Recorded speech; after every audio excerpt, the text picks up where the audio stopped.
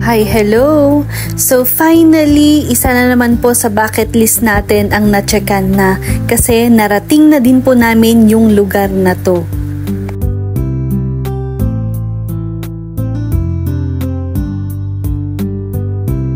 Nabitin ba kayo sa kwento natin kahapon? So ito na po, itutuloy na po natin yung kwento.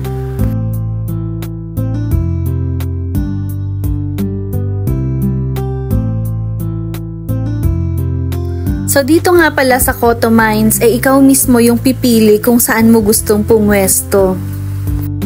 So ito nga pala yung spot na pinili namin para malayo siya sa ibang campers, tapos tanaw na tanaw mo talaga yung ilog. Tapos syempre, gusto din kasi talaga natin ng tahimik. At parang feeling namin solong-solo namin yung lugar kasi wala kaming mga katabi. So pagkatapos nga naming iset up yung mga tents, ito nga at sinimulan na din naming magluto ng pagkain namin dahil lunchtime na.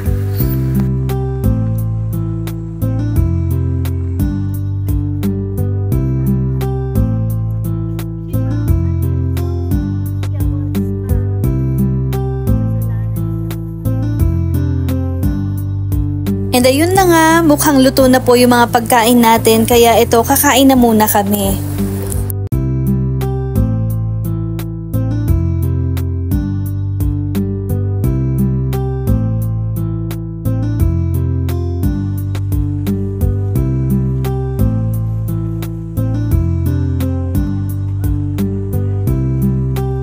Nagpahinga lang kami konti tapos napag-isipan na po namin magbihis para mag-swimming na.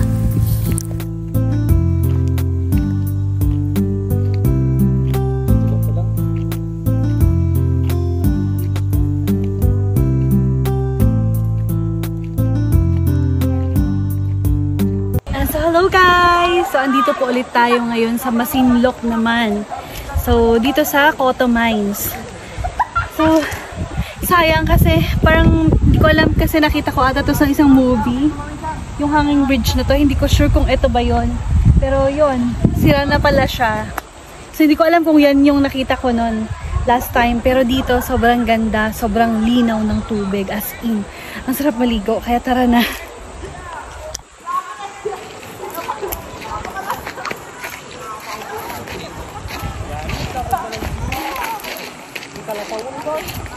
Ganda yung balik boy. Ang linis! Wow! Ganda! Promise. Oh my God, Tampisaw is real. Elsa! Grabe, sobrang ganda dito. Totoo nga talaga yung chismis. Crystal clear nga talaga yung water dito.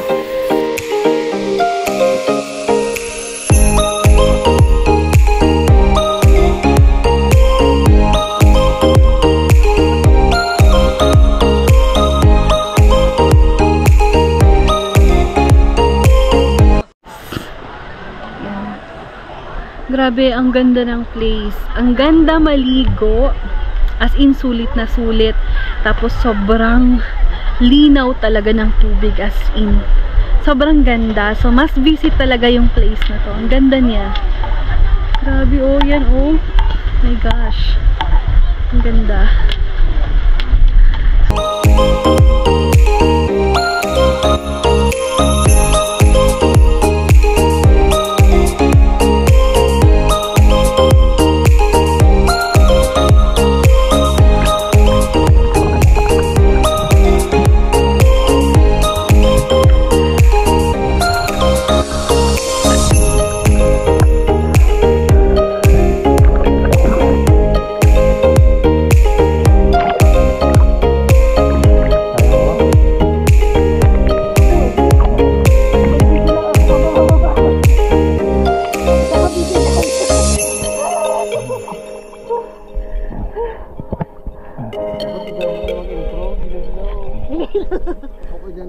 Ano?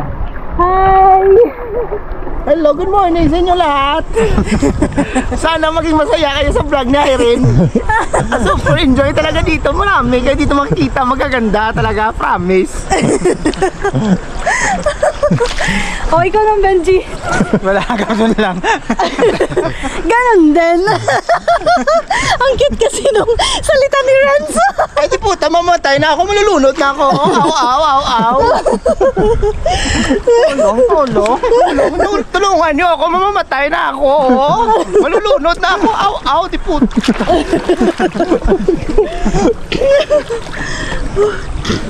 Grabe ganyan talaga siya kalinaw. Ay, sarap talagang maligo pag ganito yung tubig, oo.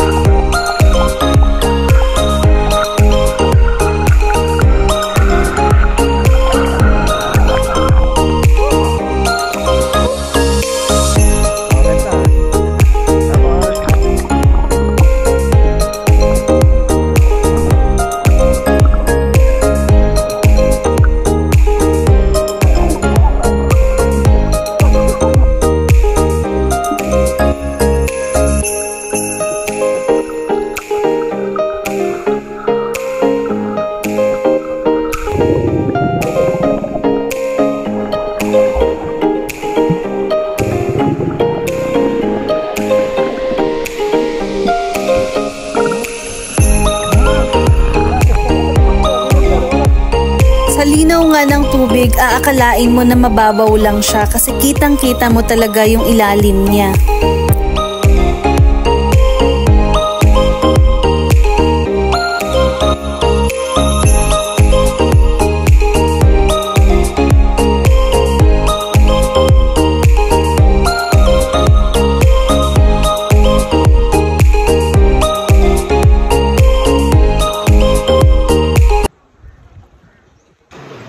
Tara na. 5 minutes pa. Ang ganda kasi talaga. Tara na, bawal na daw nun. Kasi parang bitin na bitin. Ilang oras na kami naliligo. Sobrang ganda kasi. As in, ang linaw ng tubig. Hindi siya nakakatakot kasi takot ako sa mga madidilim yung na tubig. So ito kasi sobrang linaw. Kita mo yung sa loob. Bawal na daw. Hindi siya nakakatakot. So ngayon naman, punta tayo doon sa may pinagdadayuban nila. So tinatawag na po kasi kami ni Kuya kasi 6:00 na. So pwede naman daw pumaligo sa baba, wag lang dito sa taas.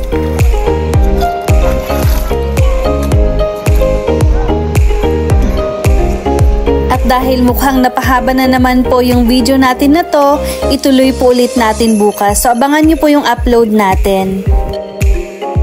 Siya nga po pala, baka po pwede akong humingi ng pabor sa inyo.